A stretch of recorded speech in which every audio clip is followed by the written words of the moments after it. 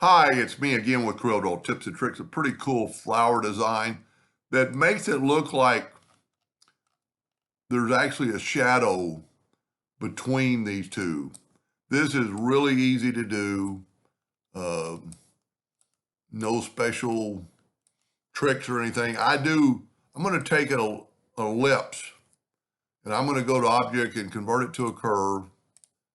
And then I'm going to take this node and I'm going to right click and I'm going to turn it into a cusp, because I want to make this point kind of sharper, but I have no way to make it exactly perfect. It doesn't have to be perfect, but if we Control D and mirror it, you can see the difference, and then take your Smart Fill tool and fill that in. And now you've got a equal, everything's symmetrical. I'm going to left click, right click, and I'm going to put it about right here. I'm going to Control D. No, I'm not. I'm going to use the transformation docker. Make your life a little easier. I'm going to put that on that node. I'm going to open up a window, Docker's transform, yours might say transformation. I need 36, but I've already got one, so I'm going to go 35 times at 10 degrees. Now I'm going to go ahead and group that together, Control G. I'm going to make it yellow.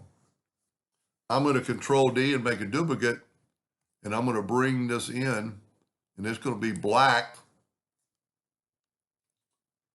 but I need to put it in the back. So I'm going to go to Object, Order, Back of Page. Now I'm going to select it all, both of them.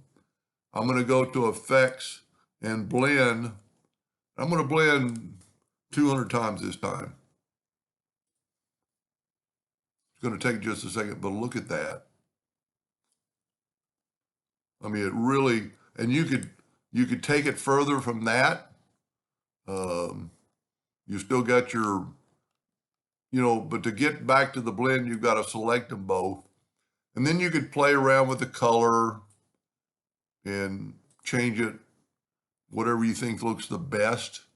Maybe change the color a little bit like that, and see you're changing it, both of them at the same time.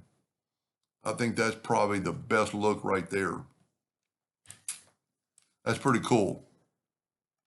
Anyway, I hope that gave you an idea or two, and thank you for watching.